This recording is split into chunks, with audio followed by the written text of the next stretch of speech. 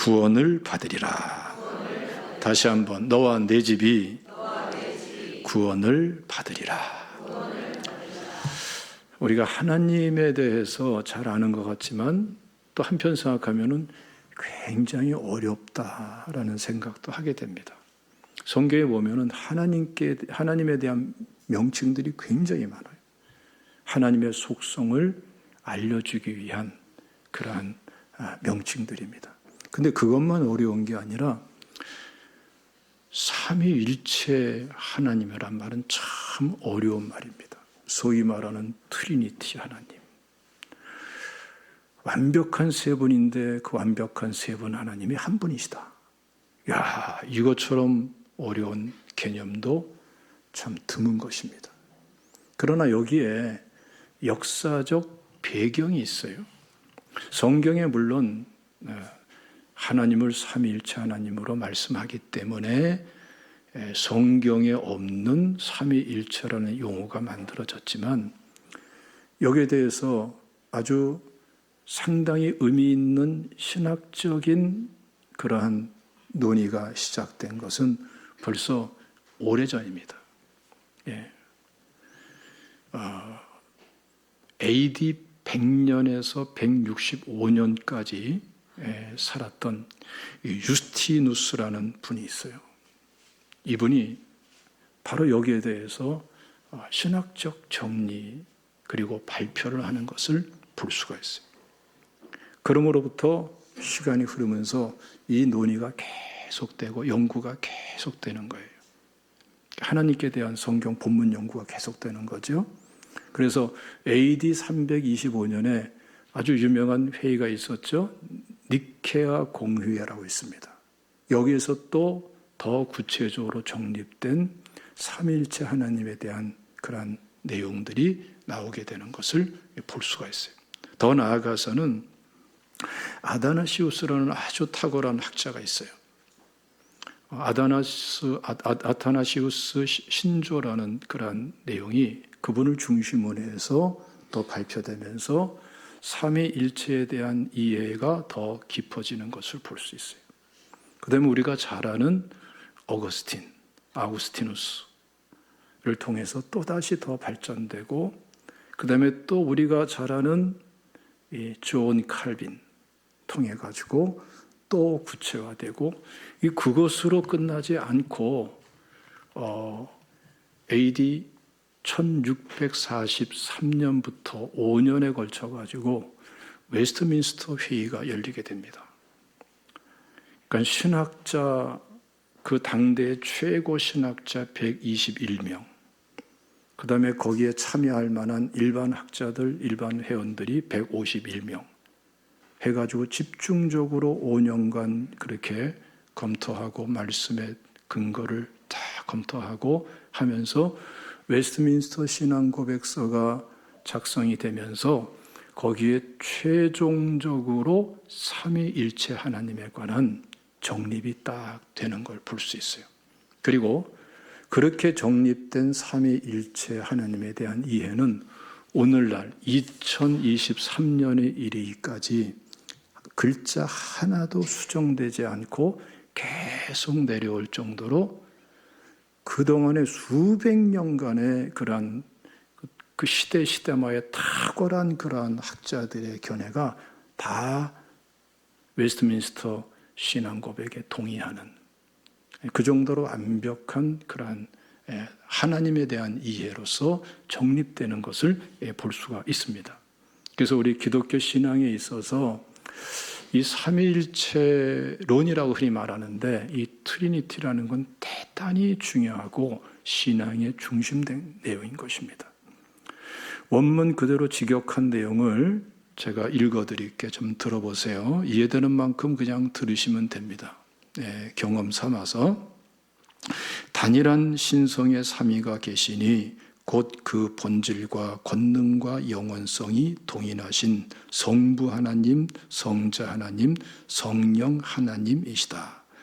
성부는 그 누구에게 속하지 않고 아무에게서도 나시지 아니했으며 나오시지도 않으시며 성자는 아버지에게서 영원히 나시었고 성령은 성부와 성자에게서 영원히 나오신다. 이해가 돼요?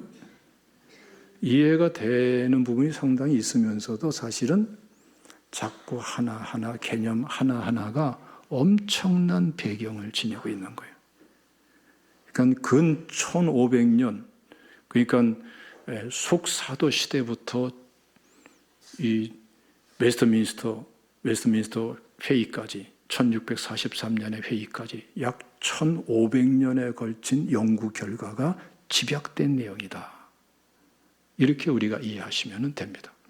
핵심 내용은 세 가지로 정립할 수 있어요. 첫째는 삼위가 계시다. 둘째는 그 신성은 동일하다. 셋째는 삼위는 각각 구별된다. 그래서 한 단어로 묶으면 삼위일체 하나님이시다. 그걸 말씀하는데 역사적으로 보면은 이단들이 꼭 무엇을 건드리고 나오냐면은 삼위일체 하나님을 무너뜨려요.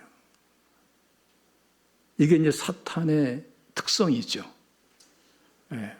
마귀의 특성은 하나님이 받을 영광의 자리를 자기가 취하려고 그러죠. 그래서 이단들이 꼭 삼위일체 하나님에 대한 왜곡된 이해를 통해서 그 자리를, 그 하나님의 자리를 차지하려고 하면서 이단이 돼버려요. 바로 얼마 전에 일본에서 지금 법 절차가 진행되는 것으로 알고 있는데, 오음 진리교라고 기억하는 분들 있을지 모르겠어요. 오래전에 지하철 독극물 테러 사건 일으켜서 거기에 법적으로 제재를 받은 통일교가 지금 그런 일을 저질렀어요.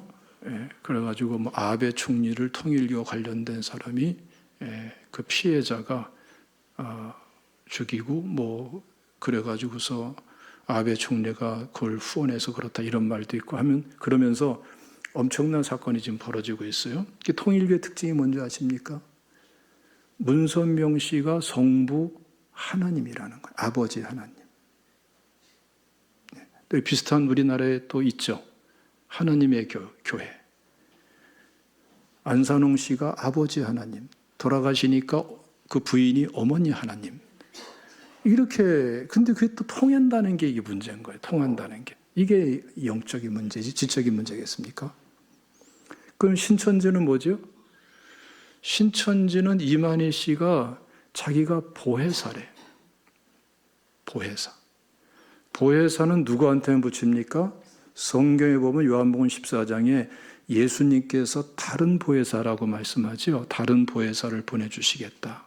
예수님 자신을 보혜사라고 전제하고, 그러면서 실질적으로 다른 보혜사를 26절에 설명하죠. 성령이라고.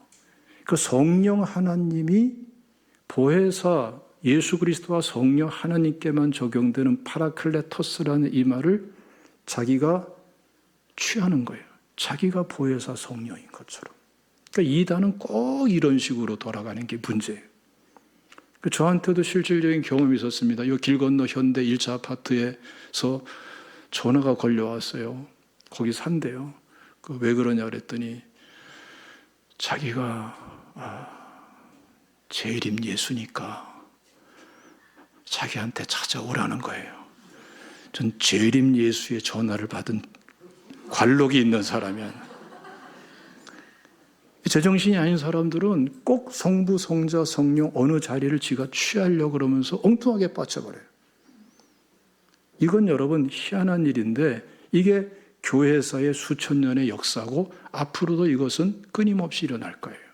그래서 하나님이 삼위일체 하나님이라는 것을 명확하게 아는 것이 대단히 중요한 거예요.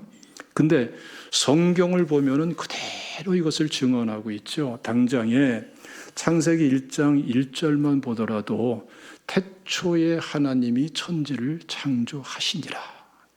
좀 1절 정도는 외웁시다. 외우기도 쉽잖아요. 그렇죠? 한번 따라 합시다. 태초에 하나님이 천지를 창조하시니라. 태초에 베레시트라고 그러죠. 예. 바라 창조하셨는데 엘로힘, 하나님이 창조하셨다. 근데 엘로힘이라는 것의 그 어미가 임이라는 것에 독특한 의미가 있어요. 히브리인들은 이것을 가리켜서 어떻게 부르냐면은 장엄복수라, 장엄복수. 그러니까 하나님은 어떤 하나님? 상상하기, 표현하기 어려울 정도로 장엄한 하나님. 천지 만물을 창조하시고 주권적으로 섭리하시는 장엄하신 하나님이라는 개념이 이 히브리인들에게는, 이스라엘 사람들에게는 1절부터 딱 배겨 있는 거고, 그게 고백되고 선언되는 거예요. 여기에 또 한 가지 문법적인 의미가 있어요. 여기에 대한 문법을 단수형 복수 어미라 그래요. 희한하죠? 우리에게는 이런 문법이 없어요. 근데 히브리어에는 그런 문법이 있어요.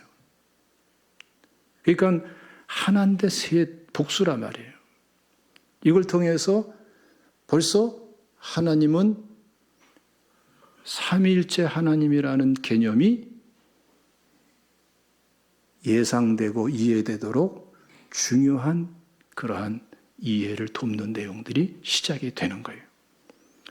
여러분 2절 보면은 하나님의 신은 수면 위에 운행하시더니, 하나님의 신 할 때 신은 루아흐라 그러는데 영이라는 말이에요. 그런데 이게 하나님과 같이 사용될 적에는 성령을 가리키는 게 성경의 일관된 용례예요. 그러니까 성령이 이미 창조 때부터 같이 하셨단 말이에요. 태초에 말씀이 계시느나 이 말씀이 하나님과 함께 계셨고, 그 태초의 그 말씀은 결국 누굴 가리킵니까? 예수님이죠. 예. 엔토 아르케, 이 태초라는 이 말이 그때부터 창조에 함께 하셨던 분이 예수 그리스도. 그러니까 성부, 성자, 성령이 삼위일체 하나님으로서 창조 때부터 함께 하시고 우리에게 엄청난 은혜를, 사랑을 변함없이 베풀어 주시는 하나님인 것을 성경은 일관되게 증거하고 있는 거예요. 믿으시기를 주님의 이름으로 축원합니다. 근데 여기서 중요한 게 뭐냐면은 이 하나님께서 어떤 방식으로 존재하고 성부, 성자, 성령 삼위일체 하나님의 관계 구조가 어떤가라는 문제인 것입니다. 이게 참 중요한 거예요. 하나님은 이위일체가 아니라 삼위일체라고요. 그래서 여기에 우리식으로 표현하면은 공동체성이 있는 거예요. 그래서 하나님께서는 성부, 성자, 성령이 완전한 아가페 사랑으로 서로를 사랑하고 완전한 코이노니아로서 교제 나누시면서 완전한 하나됨이 그 하나님의 존재 방식과 관계 구조 방식인 것입니다. 그런데 이 하나님께서 우리 인간을 창조할 적에 어떻게 창조하셨어요? 창세기 1장 26절 말씀 보면은 하나님이 이르되 우리의 형상을 따라 우리의 모양대로 우리가 사람을 만들고, 그렇죠? 그러니까 하나님의 형상대로 하나님의 모양을 따라서 우리를 창조하셨다고요. 예. 이게 참 중요하죠. 27절 읽어봅시다. 27절 시작. 하나님이 자기 형상 곧 하나님의 형상대로 사람을 창조하시되 남자와 여자를 창조하시고, 28절 하나님이 그들에게 복을 주시며 하나님이 그들에게 이르시되 생육하고 번성하여 땅에 충만하라. 땅을 정복하라. 바다의 물고기와 하늘의 새와 땅에 움직이는 모든 생물을 다스리라 하시니라. 참 중요한 거예요. 이 형상론에 대해서는 참 생각하고 그걸 굉장히 광범위합니다. 그런데 하나님과 똑같이 창조했다는 거예요. 그러니까 우리가 원래 창조돼서 어떤 식으로 존재하고 어떤 식으로 관계 구조를 이루는가? 그럼 누구처럼? 하나님처럼. 서로 아가페 사랑으로 사랑하고 코이노니아 교제를 이루면서 하나됨의 공동체를 이루면서 그렇게 우리가 존재하고 살도록, 그리고 그 교제 속에, 그 사랑 속에 누가 동참하세요? 하나님이 동참하면서 또 하나님과 사랑과 코이노니아 교제를 나누면서 살 수 있도록, 그렇게 영광을 돌리도록 하나님께서는 창조하신 것입니다. 그래서 여러분, 이때에 엄청난 역사가 일어나죠. 모든 게 다스려지는 거예요. 생육하고 번성하고 땅에 충만하고 땅을 정복하고 다스림의 역사가 일어나는 거예요. 그래서 아담이 딱 서 있으니까 하나님께서 모든 그 생물들이 진화하게 하죠. 그렇죠? 아담이 부르는 게 그 생물의 이름이 되는 거예요. 그러니까 그 생물의 곰이면 곰의 모든 존재적인 특성을 다 파악하고 한마디로 딱 집약해서 이름을 줘주고, 그게 그냥 하나님을 대리하는 권세로서 이름이 돼버리는 거예요. 굉장한 것이죠. 다 다스려지는 거예요, 여러분. 이런 상태에서 하나님께 자원에서 자발적으로 영광 돌리며 그 삶 전체가, 존재 전체가 예배가 되도록 영광을 받으시는 분이 하나님이신 거예요.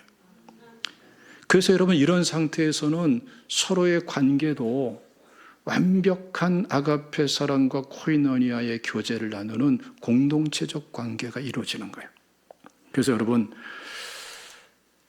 아담이 하와를 볼 때 어떻게 고백합니까?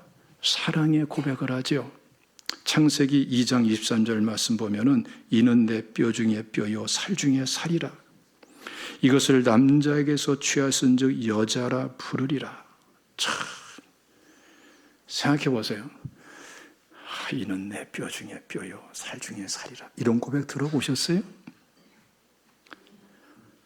인류 최초의 사랑을 고백하는 시가 바로 이 시입니다. 아내에게 바치는 시. 굉장히 참 놀라운 시예요. 그런데 이러한 아담이 죄짓고 타락하니까 어떻게 돼요? 뒤집어져 버려요. 12절 말씀 보면 하나님이 주셔서 나와 함께 있게 하신 여자, 그가 그 나무 열매를 내게 주므로 내가 먹었나이다. 이 한마디에 자기가 저지른 죄의 책임을 하나님께로 돌려버리고, 뼈 중에 뼈요 살 중에 살이라고 했던 하와에게 돌려버리고, 비겁하게 치졸하게 이러한 말이 튀어나오는 걸 볼 수가 있어요. 여러분, 비슷한 경험들 했어요, 안 했어요? 솔직히 말해서 집에서 했어요, 안 했어요? 결혼 전에는 어쩌고 저쩌고 하더니 살다가 보니까 속상하니까, 일이 있으니까 뭐 난처하게 되니까 예기치 않은 말이 튀어나와요, 안 튀어나와요? 나와요, 그냥 거지 같은 거, 이런 식으로 속상한 말이 막 튀어나오는 것 같은데, 그런데 남편들은 변한 게 아니에요. 남편들은 원래 그런 인간이에요. 타락한 후에 아담도 그러는데, 그러니까 이거 남편이 여러분, 그건 원래대로 돌아간 거예요, 원래대로. 변한 게 아니에요, 절대로. 잘 이해하고 살아야 되는 거예요. 이걸 극복하기 위해서는 어떻게 됩니까? 그래서 예수 믿고 성령 충만하면은 해답이 나오는 거예요. 죄가 지배할 적에는 아담처럼 비겁한 소리가, 치졸한 소리만 나오는 거예요. 그러나 죄를 회개하고 보혈의 은혜로 씻음받고 어느새 자꾸 성령으로 충만하면은 성령의 9가지 열매가 맺혀지면서 이는 내 뼈 중에 뼈요 살 중에 살이라라는 고백이 자연스럽게 저절로 나오게 돼 있어요. 그러니까 여러분, 가족관계 해결하는 거는요, 부부 사이도 부모와 자녀 사이도 다 마찬가지, 형제끼도 마찬가지예요. 인간적인 방법으로 하는 데는 한계가 있어요. 속은 죄가 지배하고 있는데 거기서 뭐가 나오겠어요? 한계가 있어요. 그게 아니라 뭘 도와야 되겠습니까? 죄를 회개할 수 있도록 돕고 성령 충만하도록 도우면은 알아서 고백하게 돼 있어. 할렐루야. 설거지 안 해주나 이런 거 고민하지 말고 자꾸 신앙을 도우면서 성령 충만하게 편안한 제자가 되도록 자꾸 이렇게 도우세요. 서로. 그러면은 어느새 상처도 치유되고 회복되고 하나님이 부어주는 사랑이 자꾸 풍성하게 되고 그 사랑을 나누게 되고 아가페 사랑과 코이노니아 교제가 이루어지게 되는 거예요. 믿습니까? 이것을 우리가 훈련하고 연습하고 또 알아가고 경험하고 그렇게 세워갈 수 있는 중요한 현장이 어딘 줄 아십니까? 거기가 바로 우리 삼인의 교회 셀인 거예요. 괜히 하는 게 아니에요, 여러분. 네. 여러분 보세요. 하나님께서는 완벽한 사랑과 코이노니아를 나누는 공동체로서 존재하고 그런 관계 구조 속에서 하나 되어 있습니다. 그리고 우리 인간을 지을 때에 그렇게 지으셨습니다. 인간이 타락한 후에 하나님께서 우리가 회복된다면 보혈의 은혜로 진리의 말씀으로 자유케 되면서 성령의 은혜로 우리가 회복된다면 어떤 모양으로 어떤 방식으로 살도록 회복되겠어요? 참된 아가페 사랑과 코이노니아 교제를 나누면서 삼위일체 하나님처럼 두 사람, 세 사람부터 정말 하나님이 마음껏 사랑해 주시고 은혜 주시고 교제를 함께 나눌 수 있는 하나님의 임재와 통치와 권능과 영광이 함께 실현되고 나눌 수 있는 그 공동체성부터 회복시키시는 거예요. 한 사람을 제대로 사랑하지 못하는 사람은 두 번째 사람 사랑할 수 있어요, 없어요? 이게 거짓말이에요. 그래서 여러분, 두세 사람이 내 이름으로 모인 곳에는 나도 그들 중에 있느니라. 굉장히 중요한 말씀이죠. 있습니까? 예? 그래서 여러분, 우리가 셀 레벨을 중요시하는 것은 괜히 그러는 것이 아닙니다. 하나님께서는 그것을 통해서 우리를 치유하시고 회복시키시고 아담과 하와가 타락하기 전에 다스려지는 은혜, 그 은혜를 통해서 하나님께 영광 돌리도록 우리가 하나님의 뜻대로 세우기 위해서 우리가 셀레베에 초점 맞추는 줄로 믿으시기를 주님의 이름으로 축원합니다. 그래서 여러분, 하나님 앞에서 서로 기도하면서 신앙 고백을 실제화시키셔야 돼요. 입으로만 하는데 실제화되지 않는 사람들이 많죠. 예. 여러분, 마태복음 16장 16절 말씀 보면은 베드로가 그렇게 고백합니다. 모든 제자들을 대표로 해서 주는 그리스도시요 살아계신 하나님의 아들이시니이다. 이 고백이 나왔을 때에 주님이 뭐라고 그래요? 바요나 시몬아 내가 복이 있도다 하면서 쭉 칭찬하시고 내가 이 반석 위에 내 교회를 세우리니. 이 반석은 뭐예요? 로마 가톨릭 천주교의 해석은 잘못된 거예요. 불완전한 교황이 반석이 될 수가 있는 게 아니에요. 원문상으로 보면은 여성 어미를 받아요. 헬라어는 어미 변화가 굉장히 중요합니다. 에클레시아라는 교회라는 여성 어미를 이 반석이라는 말로 받을 때에 여성 어미로 받아요. 그러니까 이거는 여러분 실제로 사람을 얘기하는 게 아니라 베드로의 신앙 고백에 초점이 맞춰져 있는 거예요. 우리가 신앙 고백이 확실하고 실제화될 때에 주님은 뭘 약속합니까? 그래, 너희들의 셀은, 너희들의 교회는 이제는 세상의 교회가 아니고 세상의 모임 단체가 아니고 내 교회다. 그리고 내가 세우겠다. 여러분들의 셀 교회를 여러분이 세우려고 하면 실패하는 것이고 여러분이 주인 노릇하면 실패한 거예요, 이미. 우리가 참된 신앙 고백이 내 인격과 삶에서 실제화될 적에는 주님이 뭐라고 말씀하세요? 그래, 너희들은 내 교회다. 내가 세우겠다. 그러면서 두세 사람이 내 이름으로 모인 곳에는 나도 그들 중에 있느니라. 이 말씀이 18절에서 이어지죠. 그러면서 이 땅에서 두 사람이 합심해서 그를 구하면은, 무엇이든지 구하면은 이루게 하시겠다. 19절에 말씀하고 20절 말씀 보면은 나도 그들 중에 있느니라. 임재의 실제성에 대해서 또 말씀을 하는 것입니다. 그러니까 여러분, 우리 각 삼위일의 교회 셀이 참된 신앙 고백으로 돌아와서 죄를 회개하고 성령 충만하면요, 그 셀은 엄청난 역사를 이루는데, 여러분, 삼위일체 하나님의 공동체성, 그 은혜가 무엇인가를 이제는 지식으로만 아는 것이 아니라 실제성 속에서 알아갈 수 있는 사람들이 되고요, 그 은혜를 누리는 수 있는 사람이 되는 거예요. 하나님의 임재와 통치와 권능과 영광이 우리의 셀에 어떻게 실현되는가라는 것을 남의 얘기가 아니라 이렇게 되어지네라는 게 되는 거예요. 되려고 하면 안 돼요. 못 돼요. 우리 힘으로 될 수 있는 게 아니기 때문에. 그러나 우리가 참된 신앙 고백과 참된 회개와 참된 성령 충만으로 돌아가면은 어느새 주님께서 우리를 세우기 시작합니다.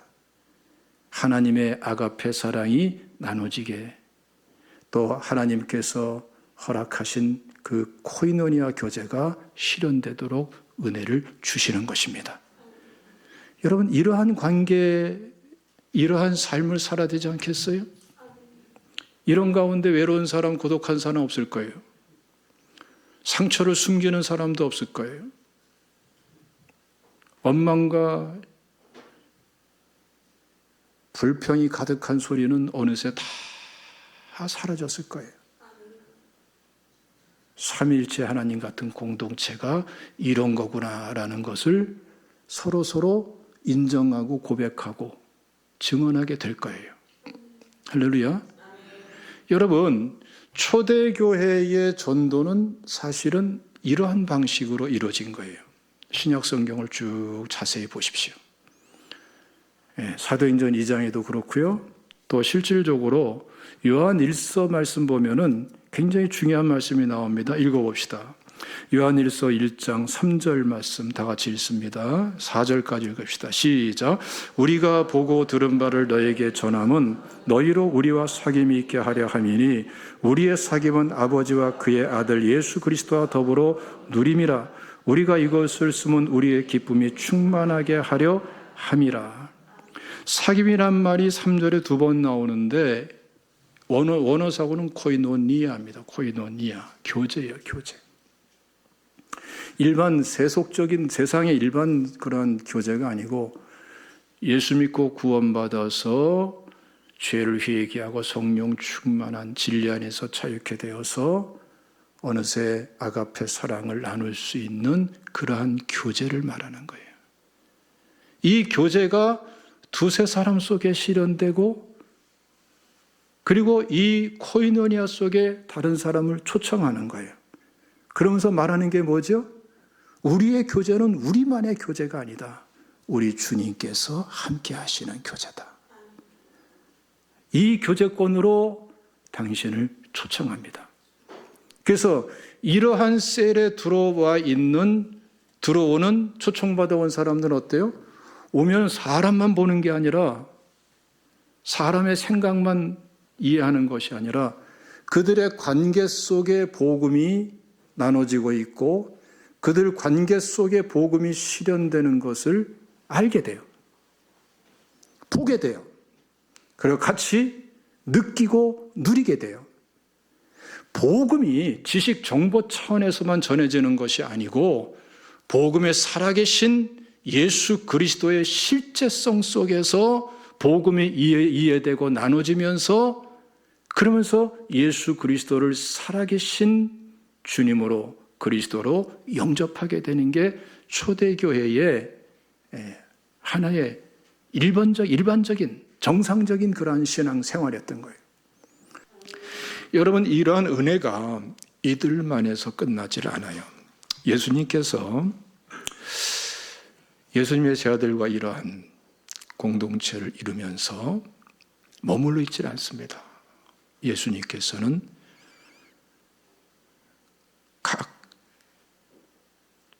가정들을 찾아가세요. 집들을 찾아가세요. 이것을 오늘 좀 이 3부 예배 때 자꾸 내가 미안해요. 나는 안 그러는 사람인데 이렇게. 근데 그 3부 예배 때 자꾸 내 원어가 자꾸 많이 나오네요. 그런데 오이코스라는 말이 굉장히 중요해요. 이것은 어떤 개념을 의미하냐면은 말 자체, 단어 자체는 집 또는 이 가족 여기에 해당되는 용어입니다. 그런데 실제로 신약 성경에서 사용된 용례는 굉장히 넓어요. 그런 사람만이 아니고 다시 말하면 직계 혈연 관계만이 아니라 친척들도 포함되고 이웃들도 포함되고 자기랑 친밀하게 마음을 나누고 있는 사람들을 가리켜서 오이코스라고 그 범위에다 다 포함시키는 것을 볼 수가 있어요. 그러니까 예수님께서는 제자들과 함께 정말 아가페와 코이노리아가 실현되는 공동체를 이루면서 그 다음에 누구를 찾아가느냐, 어디를 찾아가느냐, 오이코스 그룹으로 찾아가는 것을 볼 수 있어요. 그래서 우리 마태복음 말씀, 누가복음 말씀 보면 말이죠. 19장에 삭개오라는 인물이 나오죠. 세리장, 부자, 키가 작고 예수님을 보고 싶어서 돌 무화과 나무에 올라가서 예수님을 보던 삭개오. 예수님이 발견하죠. 그리고 삭개오를 부르시고 그의 집에 머무르면서 그 온 집이 구원받게 되는 역사가 일어나는 것을 볼 수가 있어요. 삭개오만이 아니라 삭개오와 가까이 지내는, 마음을 나누며 지내는 그 오이코스에 해당되는 사람들이 구원받고 돌아오는 겁니다. 사도행전 10장 말씀 보면은 고넬료의 가정이 나옵니다. 고넬료의 가정도 참 특이하죠. 중요한 가정입니다. 로마의 백부장의 가정. 그러나 하나님을 경외하고 많은 이웃들에게 사랑을 베풀고 구제하던 가정. 하나님께서는 고넬료가 기도할 때에 고넬료를 만나 주십니다. 또 동시에 또 한쪽에서 베드로가 기도할 때에 성령께서 베드로를 만나서 환상을 보여주시죠. 그래서 고넬료 집에 가서 말씀을 전하게 하세요. 말씀을 전하는데 성령께서 강하게 역사하십니다. 막 이 사람들이 막 방언도 터지고 막 은혜를 많이 받아요. 그런데 이때의 고넬료 집이 오이코스라는 말로 반복해서 나오는데 여기에 범주에 들어가는 사람들을 보면은 사도행전 7장 10절 말씀 보면 하인들 또 군인이니까 부하인데 부하 중에 경건한 부하, 하나님을 믿는 부하죠. 또 22절 말씀, 24절 말씀 보면은 고넬료의 친척들도 초청했어요. 친구들도 초청했어요.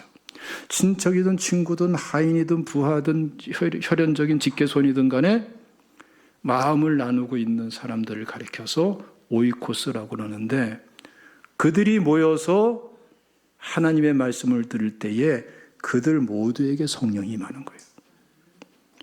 그러니까 여러분, 주 예수를 믿으라 그리하면 너와 내 집이 구원을 얻으리라, 이 말씀이 허망한 말씀이 아니란 말이에요.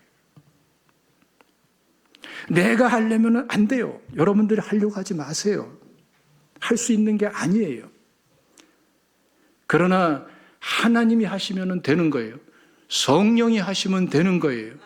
우리가 할 일은 뭡니까? 내가 직접 하는 게 아니고 나는 신앙 고백을 실제화시키고 참된 회개를 하고 성령 충만해서 성령께서 가르치고 생각나고 인도하시는 대로 나 자신을 드리면은 그때부터 성령께서 하실 일을, 삼위일체 하나님께서 하실 일을 하시는 거예요.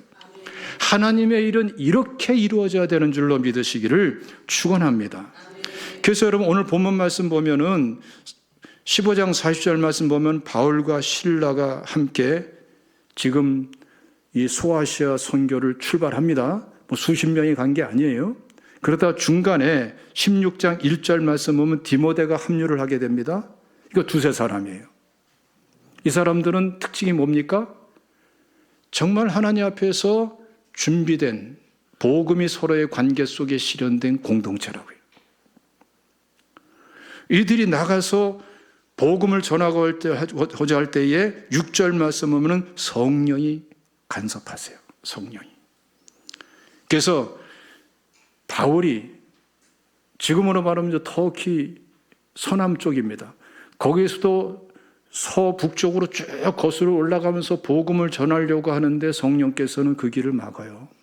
전체적인 배경을 보면은 하나님께서 그 지역은 베드로에게 맡기신 거예요. 그러니까 너는 저 바다를 건너서 유럽으로 건너가라. 그러면 마게도니아 사람의 환상을 보여주시죠. 그래서 유럽으로 건너가서 복음을 전하기 위해서 기도하다가 누굴 만나요? 자주장사 루디아를 만나고 온 가족이 구원받아요. 자, 여러분, 그래서 16장 17, 15절 말씀 보면은 루디아의 가정에 대해서 이렇게 말합니다. 그와 그 집이 다 세례를 받고, 그 집은 뭘 말하는 거예요? 오이코스 범주에 있는 사람을 말하는 거예요. 또 16절 이하 말씀 보면은 귀신 들린 여종에게서 귀신을 쫓아주니까 그 주인이 돈벌이가 끝나버리니까 고소해가지고 모함해가지고 감옥에 갇히죠. 그게 바로 빌립보 감옥에 갇히는 사건이죠.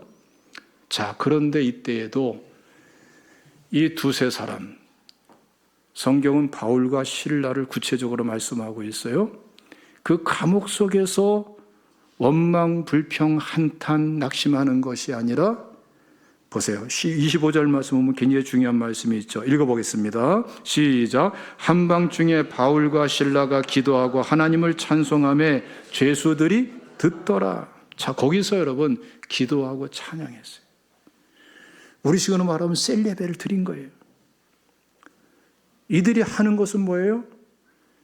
정말 참된 공동체가 돼가지고 하나님을 모시며 기도하며 찬양할 때에 나머지는 누가 하셔요? 사람이 할 수 없는 건 누가 하셨어요? 하나님이 하셔서 옥토가 흔들리고 옥문이 열리고 착고가 풀리고 오밤중에 하나님의 역사는 다양하게 일어나는 거예요. 다양하게. 방법을 고집할 것도 없고 형태를 고집할 것도 없고 중요한 건 내게 맡겨준 목만 충실히 하면 되는 거예요. 참된 신앙 고백을 실제화하라. 참된 회개를 실제화하라. 성령 충만을 실제화하라. 그러면 삼위일체 하나님이 앞장서서 하실 일을 하시는 줄로 믿으시기를 축원합니다. 병이 나야 되면 병을 낫게 해주실 거예요. 악한 영을 쫓을 때는 쫓아주실 거예요. 문제가 돌파되어야 될 때는 문제가 돌파되게 하실 거예요. 옥토가 흔들리면 옥토가 흔들리게 하시는 분이 하나님이세요. 홍해가 갈라져야 할 때는 홍해가 갈라지게 하시는 분이 하나님이세요. 하나님을 하나님 그대로 믿으시기를 축원합니다. 그래서 이 바울과 실라를 통해서 빌립보 간수의 온 가족이 구원받아요. 그때 선포되는 게 뭡니까? 31절 말씀이죠. 너와 내 집이 구원을 받으리라. 주 예수를 믿으라. 멋있지 않습니까, 여러분? 우리 신앙생활은 이렇게 되도록 하나님께서 우리를 먼저 구원하시고 붙들고 계신 거예요. 그냥 습관적으로 왔다 갔다 하는 아유 힘들어서 어떻게 신앙생활 합니까? 그러지 마시고 신앙 고백을 실제화시키고 참된 회개를 실제화시키고 성령 충만을 실제화시켜 보십시오. 그때부터 하나님이 하시는 것이 이거구나라는 것을 알아가게 하시는 분이 하나님이세요. 그 은혜를 누리시기를 축원합니다. 전도도 그렇게 하세요. 가능한. 믿습니까? 하나님의 역사가 일어나게 될 줄로 믿으시기를 축원합니다. 자, 조금만 시간이 가고 있으니까 간단하게 나누겠습니다. 마태복음 25장 45절에서 47절 읽겠습니다. 시작. 충성되고 지혜 있는 종이 되어 주인에게 그 집 사람들을 맡아 때를 따라 양식을 나눠줄 자가 누구냐? 주인이 올 때에 그 종이 이렇게 하는 것을 보면 그 종이 복이 있으리로다. 내가 진실로 너에게 이르노니 주인이 그의 모든 소유를 그에게 맡기리라. 두 가지 역할을 생각해야 됩니다. 세론들에게 필요한 게 뭔가? 서로 챙겨주세요. 그게 사랑이에요. 영적인 필요가 무엇인가도 여러분들이 받은 은사대로 은혜대로 서로 챙겨주세요. 그게 사랑이고 은혜입니다. 그를 통해서 하나님께서는 축복하시고 견고하게 세워가시는 줄로 믿습니다. 자, 한 군데만 읽고 말씀 마칩니다. 우리 사도행전 5장 42절이에요. 시작. 그들이 날마다 성전에 있든지 집에 있든지 예수는 그리스도라고 가르치기와 전도하기를 그치지 아니하니라. 자, 이들은 여러분 하나님이 임재하시는 공동체성을 이루고 성전에서 그 은혜를 나누고 예수가 그리스도라 증언하고 가르칠 뿐더러 이제는 다른 오이코스들을 찾아가는 거예요. 그리고 하나님이 역사하시는, 하나님이 일하시는 것을, 하나님이 자기들을 통해서 앞장서서 영혼 구원을 하고 믿음이 자라도록 역사하시는 것을 하나님과 함께 기뻐할 줄 아는 사람들이었어요. 우리 각셀은 이렇게 일어나야 될 줄로 믿습니다. 아멘. 여러분, 이런 사람들은 하나님께서 반드시 이 땅에서 축복이 넘치게 하시고 하늘에서 면류관이 넘치게 들어 쓰실 줄로 믿으시기를 축원합니다. 기도하겠습니다.